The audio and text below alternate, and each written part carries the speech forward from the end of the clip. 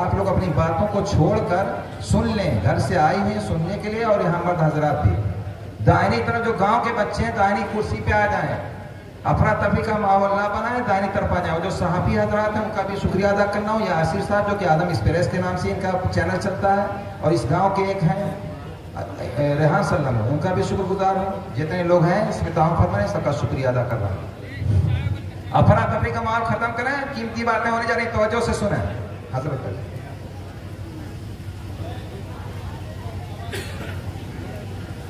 السلام علیکم ورحمۃ اللہ وبرکاتہ۔ الحمد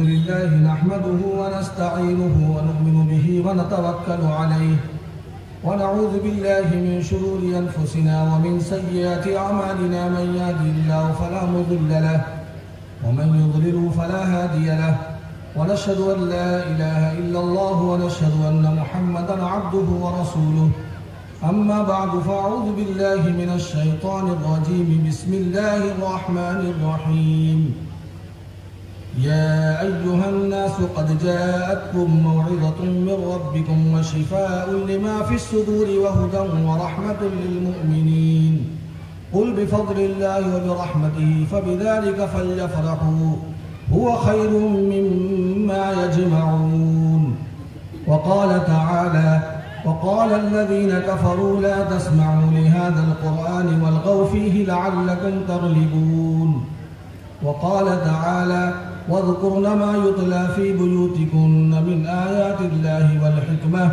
إن الله كان لطيفا خبيرا، صدق الله العلي العظيم۔ میرے محترم حضرات، یہ آپ کا جلسہ اور اجلاس ختم قرآن کریم کی تکمیل اور بخاری شریف کی تکمیل کا یہ اجلاس ہے۔ ابھی آپ حضرات کے سامنے بچیوں نے اور بچوں نے قرآن کریم مکمل کر کے کچھ آیتیں پڑھی ہیں۔ دعا فرما اللہ تعالیٰ اس بابرکت مبارک مجلس میں ہمیں علم نافع نصیب فرمائے، کیونکہ قرآن مبارک ہے تو اس کے نام پر جو مجلس ہوگی وہ بھی مبارک ہوگی،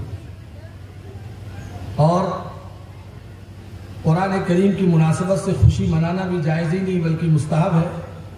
حضرت فاروق اعظم رضی اللہ تعالیٰ نے جب سورہ بقرہ مکمل فرمائی تو ایک اونٹ ذبح کر کے لوگوں کو کھلایا۔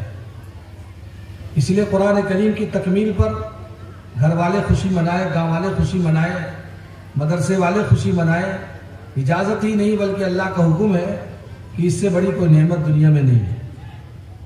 بلکہ قرآن کریم نے تو حکم بھی دے دیا کہ اے پیغمبر آپ کہیے قل بفضل اللہ، اللہ کے فضل یعنی قرآن کریم اور اس کی رحمت یعنی قرآن کریم کا نام رحمت بھی ہے، اسی سے خوشی محسوس کریں۔ فَلْيَفْرَحُوا، اللہ تعالیٰ فرماتے ہیں فَبِذَلِكَ، اسی سے سارے لوگ خوشی محسوس کریں اور خوشی منائیں بھی۔ کیوں؟ هُوَ خَيْرٌ مِّمَّا يَجْمَعُونَ، یہ قرآن عظیم یہ تمام چیزوں سے بدرجہ بہتر ہے جو کائنات کے سارے لوگ جمع کرتے رہتے ہیں، اکٹھا کرتے رہتے ہیں، ان تمام چیزوں سے بہتر قرآن کریم کی عظمت، قرآن کریم جیسے عظیم کتاب، اور قرآن کریم کی جو شرح ہے بخاری شریف کہیے، حدیث پاک کہیے، اور سیاہ ستہ جو حدیثوں کی کتاب ہے وہ شرح قرآن کریم ہے، وہ بھی خوشی کی چیز ہے۔ بہرحال یہ جلسہ خوشی کی چیز ہے، بابرکت ہے۔ اللہ تعالیٰ نے جس کو شرکت کا موقع دیا وہ اس کے لیے باعث مسرت ہے۔ شکریہ تو وہ لوگ کریں جو اس پروگرام میں شرکت کریں، وہ شکر منائے کہ آپ کے گاؤں میں اجلاس قائم کیا گیا اس مناسبت سے، ورنہ عام طور سے تو ناظم صاحب اعلان کرتے تھے شکریہ آپ کا کہ آپ لوگ آئے۔ ارے آپ لوگ اپنے آنے کا شکر منائیے کہ اللہ نے توفیق دے دی، بہت عظیم نعمت۔ یہ تو آپ کے لیے ذمہ داری ہے کہ ایسے اجلاس میں شرکت کریں۔ بہرحال چونکہ قرآن کی مناسبت سے کچھ باتیں ذہن میں آ رہی ہیں، اللہ تعالیٰ نے قرآن کریم کے اندر ساری انسانیت کو خطاب فرمایا۔ اس میں مسلمانوں ہی کے نہیں بلکہ مشرکین، کفار، ساری انسانیت کو، میں تو کہا کرتا ہوں کہ بھائی اللہ تعالیٰ نے تو مسلمانوں کے ساتھ خصوصاً ہندوستان میں اور برادران وطن کو بھی اللہ نے خطاب کیا. کیا کہا سنیے. یا ایھا الناس قد جاءتکم موعظۃ من ربکم. اے انسانوں، تمہارے پاس تمہارے رب کی طرف سے ایک نصیحت نامہ آیا. یہ موعظہ کیا ہے؟ یہ قرآن کریم ایک نصیحت نامہ ہے. اور من ربکم لا کر بتایا کہ پروردگار کی طرف سے یہ تربیت نامہ بھی ہے. لہذا قرآن سے ہٹ کر کوئی تربیت اٹھانا چاہے تو اس کی تربیت ہو ہی نہیں سکتی. قرآن ہی کو سامنے رکھو گے تو ہمارے گھر کی، ہمارے اولاد کی، ہمارے بیوی بچوں کی، ہمارے معاشرے کی تربیت جو ہوگی وہ قرآن سے ہوگی. آج قرآن کو لوگوں نے پیچھے کر رکھا ہے. یہ تو چند مکاتب کے لوگ ہیں جو گاؤں کے مکتب چلانے والے حضرات ہیں، انہوں نے زندہ کر رکھا ہے. ورنہ مزاج امت کا یہ ہے کہ مکتب کی کتاب ہے، بچوں نے چغلا بنایا، پھونک مارا، چل دیے، کوئی فکر نہیں. اما پارا لے کے جا رہا، دوسرا پارا، کوئی 5 پارا لے کر، بس بچے راستے میں کھیلتے رہتے، مکتب میں پڑھ کے چلے آئے. یہ دماغ میں پڑھانے والوں کا بھی رہتا ہے اور جو اولاد، جو والدین ہیں، وہ جو بھیجنے والوں کے دماغ میں رہتا ہے. یاد رکھیے، اس سے بہتر کوئی کتاب نہیں، اس سے عظیم کوئی کتاب نہیں. اور اس سرزمین پر سب سے پہلا جو حکم آیا ہے، اسی کتاب اللہ کے پڑھنے کا حکم آیا. اور وہ رسول اللہ صلی اللہ علیہ وسلم غار حرا میں تھے. جبریل علیہ السلام جو سب سے پہلی آیت لے کر آتے ہیں، اس میں پڑھنے ہی کا تو آڈر ہے. اور بلکہ ایک مرتبہ نہیں، اللہ نے اس آیت کے اندر 5 آیتوں میں 2 آیتیں ایسی ہیں جس میں اللہ نے پڑھنے کا حکم دیا. اقرأ باسم ربک الذی خلق. پھر آگے آئیے، اقرأ وربک الاکرم. پڑھیے. جس قوم کے لیے پڑھنے کا حکم آیا وہی قوم پیچھے چلی گئی. کیوں؟ اس لیے کہ پڑھنے کو آگے نہیں کیا، تعلیم کو آگے نہیں کیا. اور ایک بات ذہن میں رکھیے، جنہوں نے تعلیم کو اپنا زیور بنایا اور تعلیم کو اپنا مقصد زندگی بنایا، وہ قوم ترقی کرے گی، چاہے دنیا کی تعلیم ہو چاہے آخرت کی تعلیم. لیکن ایک بات ذہن میں جائے کہ اللہ آخرت کی جو تعلیم ہے، یعنی دین کی جو تعلیم ہے، وہ دنیا میں بھی کامیابی کی ضامن اور آخرت کی کامیابی کی ضامن. اور دنیا کی تعلیم، ایک صاحب آیا، ابھی 4 دن ہوئے میرے پاس آئے، کہ ہم لوگ تعلیم، اعلیٰ تعلیم میں لگے ہوئے ہیں. اعلیٰ تعلیم، ہم نے کہا اعلیٰ تعلیم اگر قرآن اور حدیث کے مقابلے میں کسی چیز کو کہ اعلیٰ تعلیم کہہ دیا حرام ہے. ہم نے کہا جائز نہیں، تم نے جملہ واپس لیجیے. اعلیٰ تعلیم صرف محمد رسول اللہ کی تعلیم. اب ان کو ہم نے سمجھانے کی کوشش کی. ارے مفتی صاحب، میرا کہنے کا مطلب ہے، میرا کہنے کا مطلب کیا ہے؟ آپ یہاں پر آ کر کے اس طرح کی بات کرتے ہیں. اسے بہت سے، ارے مکتب میں کیا تعلیم ہوتی؟ نہیں. اگر قرآن کریم کی تعلیم ہو رہی ہے، اس سے بہتر کوئی خیر کی چیز نہیں. اللہ کے رسول خود ہی فرماتے ہیں، خیرکم من تعلم القرآن وعلمہ. تم میں سے بہتر انسان جو ہے جو قرآن کو سیکھے اور سکھلائے. اب سمجھیے تعلیم کا مطلب کیا ہوتا ہے. تعلیم کا مطلب یہ ہوتا ہے کہ قرآن کے جیسے الفاظ سیکھنا، ویسے قرآن کے معنی سیکھنا. تو اصل تو معنی سیکھنا بھی ہے، صرف حروف اور الفاظ کو یاد کرنا نہیں ہے، بلکہ اس کے ساتھ تعلیم کا مطلب یہ ہوتا ہے کہ معنی تک پہنچ جائیں، مقاصد ہمیں حاصل ہو جائیں. قرآن کی جو علوم ہے، قرآن کے جو احکام ہے، قرآن کی جو زندگی اصل ہے، وہ ہماری زندگی بن جائے. یہ اصل ہے تعلیم قرآن. اور قرآن کی تعلیم کے لیے انتخاب آسمان سے ہوتا ہے. گاؤں میں بہت سے لوگ ہوتے ہیں، شہر میں بہت سے لوگ ہیں، لیکن انہی میں سے اللہ تعالیٰ جس کو انتخاب فرماتے ہیں وہی قرآن کا حافظ بن جاتا ہے، وہی قرآن کا عالم بنتا ہے، وہی قرآن کے احکام کا جاننے والا بنتا ہے. یہ اللہ کی طرف سے انتخاب ہوتا ہے. لیکن انتخاب کے لیے اپنی اولادوں کی جب نیتیں کرتے ہیں تب اللہ تعالیٰ انہی بندوں میں سے چن لیتے ہیں. اور یہ قرآن کا فیصلہ ہے کہ میں چنتا ہوں قرآن کے لیے. اب گاؤں میں پتا چلا کہ کن لوگوں کا انتخاب ہوا، وہ آپ کے سامنے بچیوں نے بھی پڑھا اور بچوں نے بھی پڑھا. اللہ تعالیٰ نے قرآن میں اس کا ذکر فرمایا. ثم اورثنا الكتاب الذين اصطفينا من عبادنا. اللہ فرماتے اپنے بندوں میں سے جس کو منتخب کرنا چاہتے ہیں ہم اسی کو قرآن کا وارث بناتے ہیں، اور منتخب کر کے اسی کو وارث بنا، اسی کو ذمہ دار. اور جس کے سینے میں قرآن داخل ہو گیا، سمجھ لیجئے اس کا سینہ آباد ہے. لاکھ کیسا بھی وہ انسان ہو، گنہگار ہو، اس سے کیا بحث ہے؟ اگر نافرمان بھی ہوگا لیکن اگر قرآن اس کے سینے میں داخل ہو گیا، خدا کی قسم جہنم کی آگ اس پہ حرام ہو گیا۔ بہت سے لوگ کہتے ہیں ارے حافظ جی تو بہت گڑبڑ ہے، حافظ جی گڑبڑ ہیں، ان کی زندگی غلط ہو گئی، لیکن قرآن ان کے سینے میں محفوظ ہے، اس سے بہتر کوئی سینہ نہیں ہو سکتا۔ ہیرا ہیرا رہے گا، لاکھ کچڑے میں چلا جائے، موتی موتی یہ لاکھ کسی کیچڑ میں گر جائے، لیکن یہ بات سمجھ میں نہیں آتی لوگوں۔ قرآن نے کہا ہی ہے کہ بہت سے قرآن کے وارث ہیں، لیکن فَمِنْهُمْ ظَالِمٌ لِنَفْسِهِ وَمِنْهُمْ مُقْتَصِدٌ وَمِنْهُمْ سَابِقٌ بِالْخَيْرَاتِ ذَلِكَ هُوَ الْفَضْلُ الْكَبِيرُ۔ اور یہ بڑا فضل ہے جس کو اللہ نے دے دیا، چاہے وہ ظالم ہو، مقتصد ہو، سابق بالخیرات ہو، تینوں طرح کے اگر ہیں، لیکن اس کے سینے میں قرآن، جس کے سینے میں اللہ نے محفوظ کر دیا، وہ آباد ہی رہے گا۔ ایک نہ ایک دن تو معافی مانگ کر چلا ہی جائے گا، آپ تبصرہ ہی کرتے رہیں گے۔ اللہ کے رسول نے ارشاد فرمایا ان الذی لیس فی جوفی شیء من القرآن کالبیت الخرب، جس کے سینے میں قرآن کا کوئی حصہ نہیں ہے وہ کھنڈر اور ویران ہے۔ لاکھ ایران چلا جا اس کی قالین پہ بیٹھے، وہ ترقی نہیں کر سکتا۔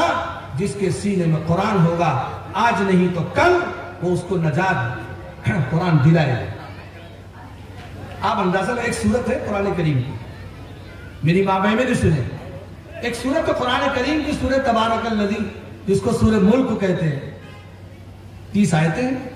ایک آیت روزانہ یاد کریں گے 30 دن میں یاد ہو جائے گی۔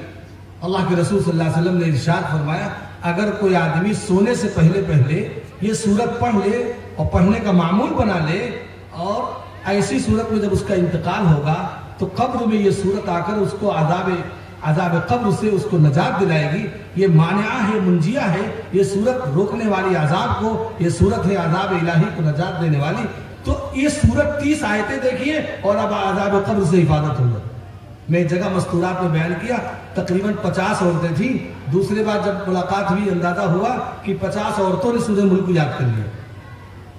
ماشاءاللہ نوادہ کے لوگ ایسے تو نہیں ہیں، رجال اللہ تلیم رجال صدقوا ما عهد اللہ علیہ، یہاں تو مرد بھی عورتیں بھی ہیں، اور نیت کرے کہ انشاءاللہ سورہ ملک کو یاد کریں گے۔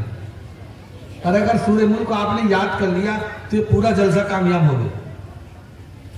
جلسے کی کامیابی اس کا نہیں ہے صرف باہر بیان ہو گیا، تقریر ہو گئی اور نیت اور جذبہ نہیں ہوا، نہیں، آپ صرف جلسے میں آ جانا ہی خیر ہے، اور آپ نے نیت کر لیا تو سمجھ لیجئے آپ کا یہ مدرسہ ہدایت الاسلام اور مکتب ہدایت الاسلام اور جامعہ ابو الحسن، اللہ تعالیٰ لڑکی اور لڑکوں کے مدرسے کو ترقیات سے نوازے۔ بہت خوشی ہوتی جس گاؤں میں جاؤ اگر قرآن کی تعلیم ہو رہی، سمجھ لیں خوشی میں، دل سے خوشی ہوتی۔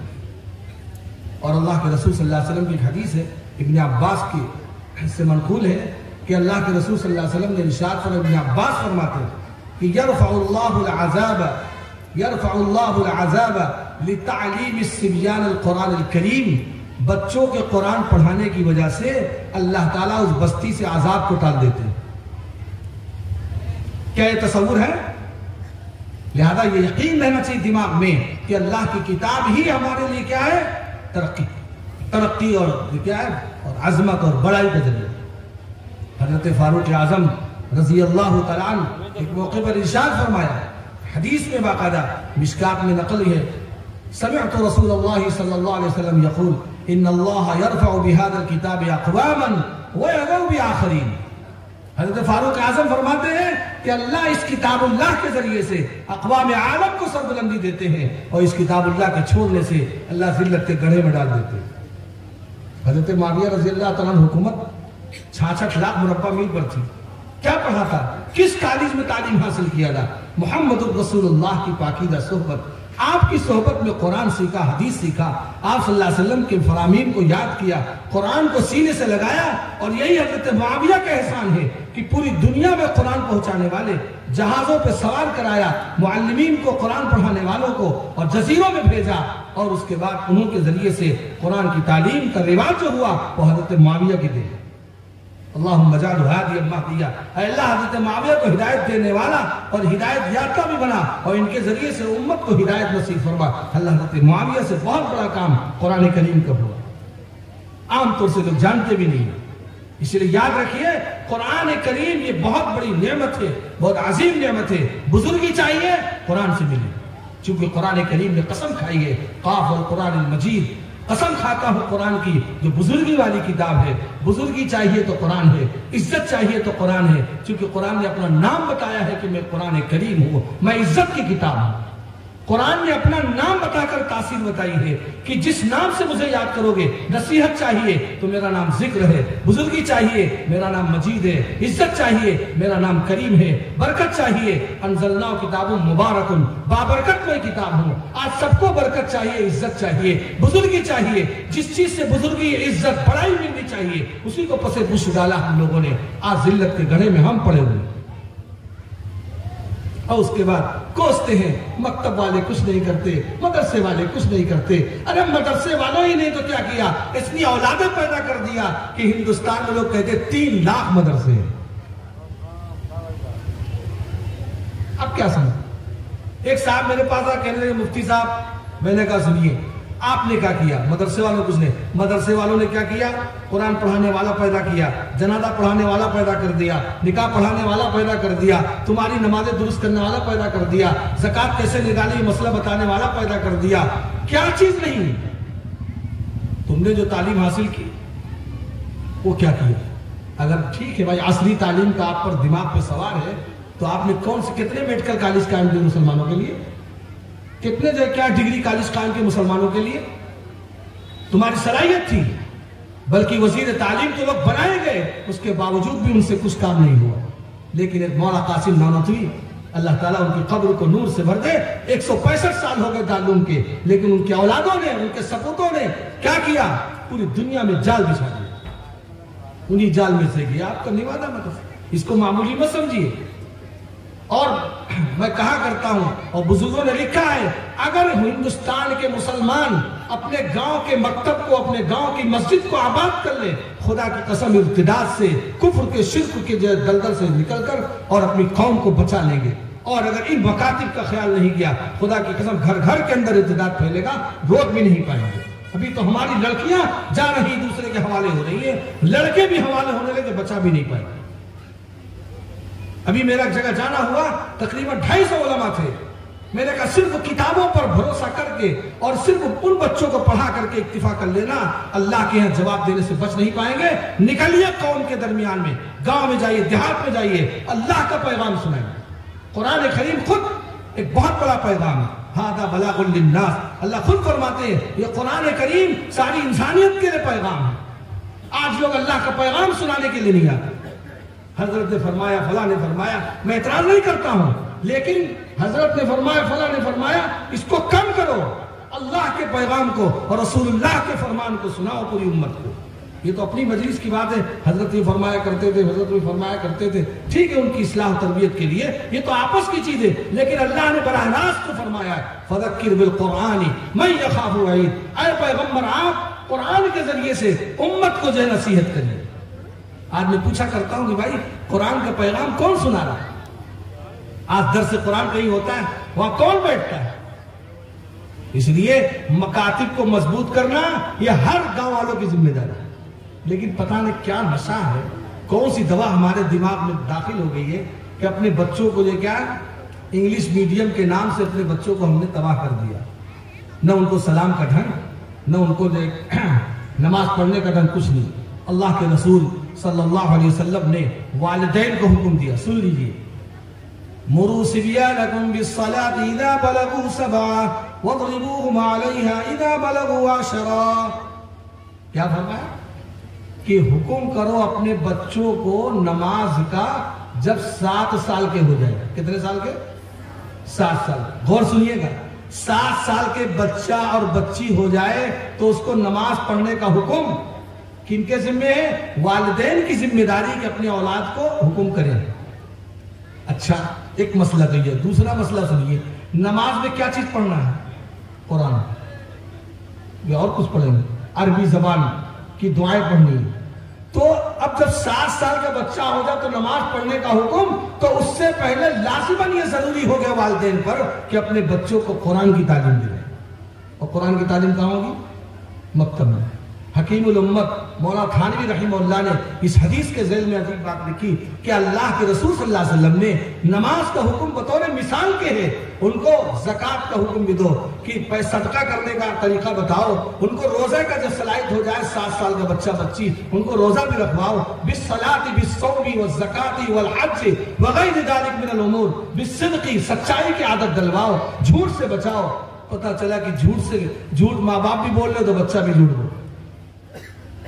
یہ سب کا حکم، یہ نماز بطور مثال ہے۔ اس سے پہلے آپ بچوں کو تعلیم دینا ہے، اور اس سے بچوں کی تعلیم کہاں ہوتی ہے؟ مکتب میں ہوتی ہے۔ انگلش میڈیم میں کہیں آپ ڈالیں گے تو کیا بچہ نماز پڑھنے کا ڈھنگ سیکھے گا؟ کیا قرآن سیکھے گا؟ کیا دعائیں سیکھے گا؟ کیا حدیث سیکھے گا؟ کچھ نہیں، سب زیرو بٹن۔ 15 سال سے میرا جانا فیض آباد میں، اب تو ماشاءاللہ تقریباً 25-30 حافظ ہو گئے ہوں، ورنہ 1-2 حافظ رہتے تھے، باہر سے آتے تھے تعلیم پڑھتے تھے۔ دھیرے دھیرے میں گھروں کے اندر گھس کر کے مستورات میں بیان کیا، میں نے کہا میں چندہ صرف نہیں ہے، اولاد کا چندہ ہے۔ اپنے بچوں کو قربان کرو اسلام کے لیے، دین کے لیے۔ آج جو پڑھانے افسوس ہوتا ہے کہ پڑھاتے پڑھاتے یہ صورتحال پیدا ہوئی ہے۔ پہلے لوگ اپنے والدین اپنی اولادوں کو دین کی خاطر، علم دین کی خاطر، اشاعت دین کے لیے، قرآن کی تعلیم کے لیے، دین کے لیے اپنے بچوں کو دیا کرتی تھی عورتیں۔ اب تو صورتحال یہ کہ جو بچہ پیدا ہوتا ہے اس کو کیا کیا نیتیں کرتے ہیں، میں نے ان کی نیتوں پر کوئی الزام نہیں لگانا چاہتا، لیکن ان والدین کے دل میں جو نیت ہے، کسی کے دل میں نیت ہے کہ جو ڈاکٹر بنائیں گے، کسی کے دل میں اس کو انجینئر بنائیں گے، کسی کے دل اس کو لائر وکیل بنائیں گے، اس طرح کی نیتیں۔ میں یہ کہتا ہوں یہ نیتیں غلط ہیں، لیکن اصل یہ دین ہونا، دل میں نیت ہونی چاہیے کہ اپنے بچوں کو دیندار اور دین کا جاننے والا، متقی، پرہیزگار بنے۔ اس کے بعد یہ ساری چیزیں انشاءاللہ ایسا کوئی کام نہیں روکے گا۔ 1400 برس پہلے کی زندگی صحابہ کی دیکھ لیجئے، انہوں نے کون سا علم حاصل کیا تھا جس سے 66 لاکھ مربع میل پر حکومت، 22 لاکھ مربع میل پر حکومت حضرت عمر رضی اللہ عنہ، 12 لاکھ مربع میل حضرت صدیق اکبر، 22 لاکھ مربع میل پر حضرت فاروق اعظم، 48 لاکھ مربع میل پر حضرت عثمان غنی، اور حضرت علی رضی اللہ عنہ کیا، اور حضرت علی رضی اللہ عنہ کے بعد حضرت المومنین حضرت معاویہ رضی اللہ عنہ، جب اللہ تعالیٰ ان کو امارت اور خلافت عطا فرمائی تو پھر 66 لاکھ مربع میل پر حکومت، اور 1 کروڑ 20 لاکھ مربع میل پوری دنیا ہے جس پہ انسان بستے ہیں، باقی 3 حصہ تو پانی ہے۔ تو آدھی دنیا سے زیادہ حکومت کرے تنہا حضرت معاویہ نے، اور یہ قرآن کی بدولت۔ اس لیے قرآن کریم کو ہمیں سینے سے لگانے کی ضرورت ہے۔ ایک بات اور سناتا ہوں، کفار مشرکین کی عادت کیا تھی؟ جب قرآن پڑھا جاتا تھا، قرآن کی تعلیم ہوتی تھی تو کیا کہتے تھے؟ وَقَالَ الَّذِينَ كَفَرُوا لَا تَسْمَعُوا لِهَذَا الْقُرْآنِ وَالْغَوْا فِيهِ لَعَلَّكُمْ تَغْلِبُونَ۔ اور کافر کہتے ہیں اس قرآن کو نہ سنو، اتنا شور مچاؤ، اتنا شور مچاؤ تاکہ تم غالب ہو جاؤ، تمہاری آواز غالب ہو جائے اور قرآن کی آواز دب جائے۔ یہ کس کا طریقہ تھا؟ یہ کفار کا، مشرکین کا، اللہ کے دشمنوں کا، رسول اللہ کے دشمنوں کا۔ یہ ان کا طریقہ تھا کہ قرآن کے خلاف آواز کو بلند کرو اور قرآن کی آواز کو دباؤ۔ یہ دوسروں کا طریقہ ہے۔ افسوس کے ساتھ کہنا پڑتا ہے، دل پہ ہاتھ رکھیے، آج ہمارے مسلمان بھائی عصری تعلیم کے عنوان کو لے کر کے اتنی آواز بلند کرتے ہیں کہ قرآن کی آواز کو دبانے کے لیے۔ اور میں تو خوش قسمت سمجھتا ہوں ان لوگوں کو جو مکتب قائم کرتے ہیں، مکتب کے لیے قربانی دیتے ہیں، دینی ادارے کے لیے قربانیاں دیتے ہیں، چندہ دیتے، پیسہ دیتے، کسی طرح سے حقیقت میں وہ قرآن کی آواز کو بلند کرنا چاہتے ہیں۔ اور قرآن کی آواز کو بلند کرنے والا خدا کی قسم وہ جنت میں جائے گا، اور قرآن کی آواز کو دبانے والا اس کو جہنم پہنچائے گا۔ آج ہمارا عمل، ہم اپنے عمل سے ثابت کر رہے ہیں کہ نہیں قرآن کی آواز کو دباؤ۔ آپ گلی کوچوں کے اندر گاڑیاں چلتی ہیں، کیوں؟ قرآن کی آواز نہیں ہے، وہ انگلش میڈیم کے نام سے قرآن کی آواز کو دبائے جائے گا۔ اب آپ حضرات بتائیے کہ انشاءاللہ قرآن کی آواز کو دبنے نہیں دیں گے۔ ارے اس میں بھی کیوں زور سے بولنا چاہیے کہ ہم قرآن کی آواز کو دبنے نہیں دیں گے، بلکہ قرآن کی آواز کو بلند کریں گے۔ اور میری ماں بہنیں سن لیں، اپنے گھروں میں تذکرہ کس کا کرنا ہے؟ جو گھروں میں مستورات رہتی ہیں، وہ جو کہ پردہ نشین ماں بہنیں جنہوں نے قرآن بخاری شریف مکمل کیا، اور بچیاں بھی ہیں، وہ بھی سن لیں کہ اپنے گھروں میں تذکرہ کن کن چیزوں کا کرنا چاہیے۔ قرآن نے اس کو مقید کر دیا۔ وہ آیت میں پہلے پڑھی تھی خطبے کے بعد، اللہ نے کیا فرمایا؟ وَاذْكُرْنَ مَا يُتْلَى فِي بُيُوتِكُنَّ مِنْ آيَاتِ اللَّهِ وَالْحِكْمَةِ إِنَّ اللَّهَ كَانَ لَطِيفًا خَبِيرًا۔ اے نبی کی بیویاں، اپنے گھروں میں جو تمہارے گھر کے اندر اللہ کی آیات پڑھی جاتی ہیں اسی کو یاد کرو، اسی کو سیکھو، اسی کو سکھلاؤ۔ گھروں میں کس چیز کا؟ اللہ کی آیات، من آیات اللہ والحکمہ، اور حکمت سنت کا تذکرہ ہمارے گھروں میں ہونا چاہیے۔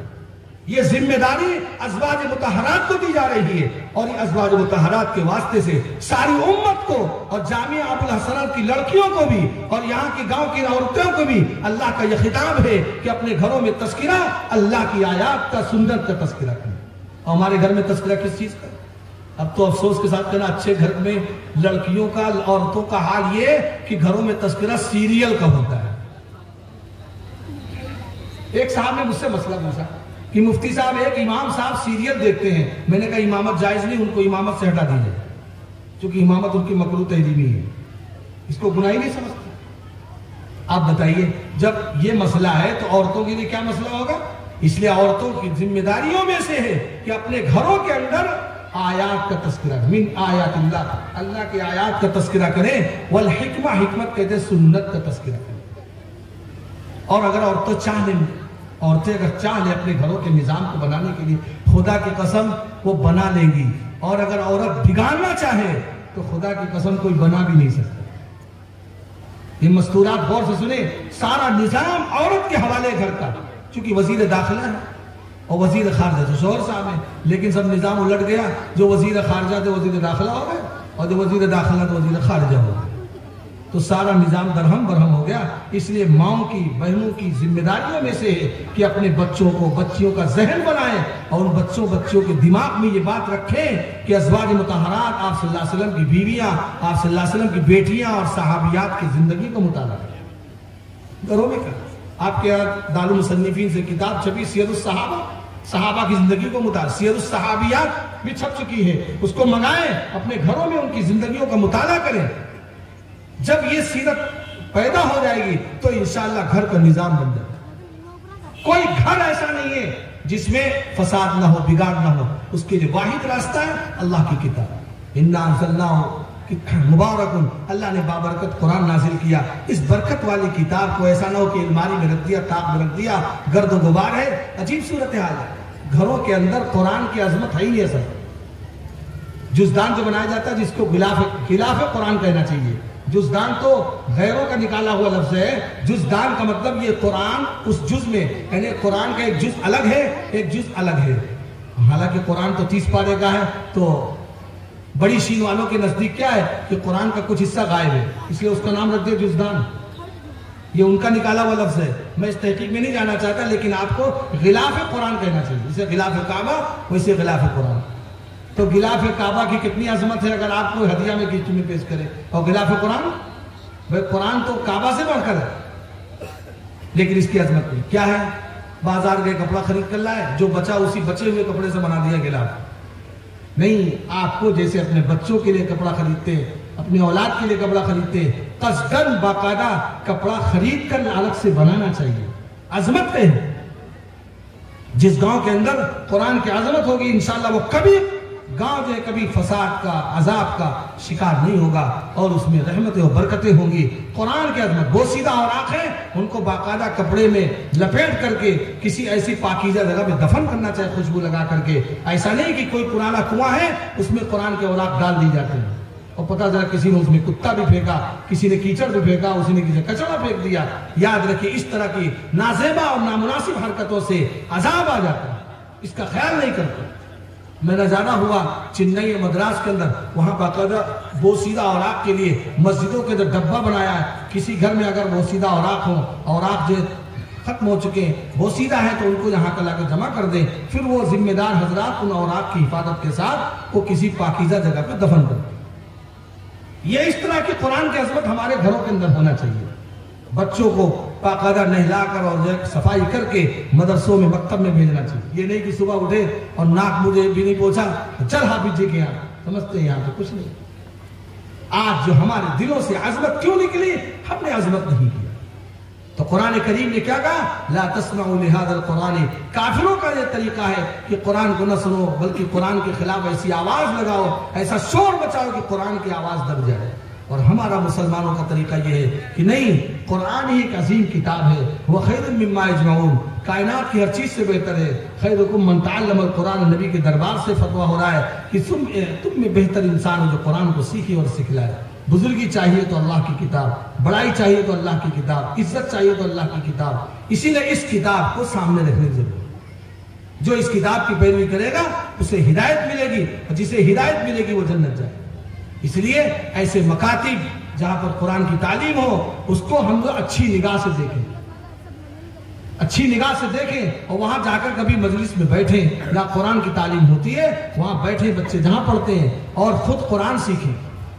ایک صاحب مجھ سے ملے کہ مفتی صاحب زبان نہیں ٹوٹتی، قرآن کے الفاظ کے ادا کرنے بہت مشکل ہے، اور زمین کا نمبر یاد، اکاؤنٹ کا نمبر یاد، ہر چیز کے لیے زبان ٹوٹتی ہے، ہر چیز کے لیے سب چیزیں، انگلش کے لیے بھی زبان کی ٹوٹتی ہے، لیکن قرآن کے لیے یاد کرنا بہت مشکل، بہت ہم بھول جاتے ہیں. زمین نہیں بھولتے، نمبر نہیں بھولتے، اکاؤنٹ نمبر نہیں، موبائل نمبر دیکھیں آج کی دنیا میں ہر لوگ بتاتے ہیں، لیکن قرآن سے لگاؤ نہیں، قرآن سے محبت نہیں، قرآن کا تعلق نہیں. اس لیے ہم اور آپ سب پیچھے ہوتے جا رہے ہیں. اس لیے نیتیں کریں، انشاءاللہ قرآن کو سینے سے لگائیں گے اور سینے میں رکھیں گے بھی. اب حافظ صاحب بھی سن لیں، حافظ کی ذمہ داری یہ ہے کہ جنہوں نے حفظ قرآن مکمل کیا ہے تو اس کے حلال کو بھی جانے، اس کے حرام کو بھی جانے، حلال کا عمل کرے، حرام سے بچنے کی کوشش کرے. ایسے حافظوں کے لیے حدیث میں بشارت ہے، کل قیامت کے دن ان کی شفاعت سنی جائے گی. ان 10 لوگوں کے لیے شفاعت قبول کر لی جائے گی جو 10 رشتہ دار ہیں جن کے لیے جہنم واجب ہو چکی ہوگی، لیکن ان حافظوں کی شفاعت سے ان کی بخشش ہو جائے گی، ان کی مغفرت ہو جائے گی، ان کے لیے جہنم سے چھٹکارا ہو جائے گا. لیکن وہ حافظ جو احل حلال و حرم حراما، جو قرآن کے حلال کو حلال جان کر عمل کرے اور اس کے حرام کو جان کر حرام سے پرہیز کرے، یہ ذمہ داری حافظ کی. صرف وہ قرآن یاد کر لینا اور اس کے خلاف چلنا تو پھر گرفتاری کا بھی ذریعہ. حدیث میں تو بہت سخت وعید آئی ہے، کوڑی اٹھایا جائے گا. اللہ ہم سب کی حفاظت فرمائے. اس لیے رمضانی حافظ نہ بنے بلکہ آج قرآن پڑھ لیا ہے، سیکھ لیا ہے تو اس کے بعد اس پر باقاعدہ مداومت کے ساتھ اور محافظت کے ساتھ، پابندی کے ساتھ قرآن کا تلاوت کا اہتمام کرے. اللہ کے رسول صلی اللہ علیہ وسلم نے ایک موقع میں فرمایا، علیک بتلاوت القرآن فإنه نور لك في الدنيا وأجر لك في الآخرة. قرآن کی تلاوت کو لازم پکڑ لو، یہ قرآن تمہارے لیے نور کا ذریعہ، دنیا میں نور ہے اور آخرت میں اجر کا ذریعہ. اللہ نے یہ روشنی عطا فرمائی، اسی روشنی سے ہدایت ملے گی. اللہ نے قرآن کا نام نور رکھا، انا انزلنا الیکم نورا مبینا.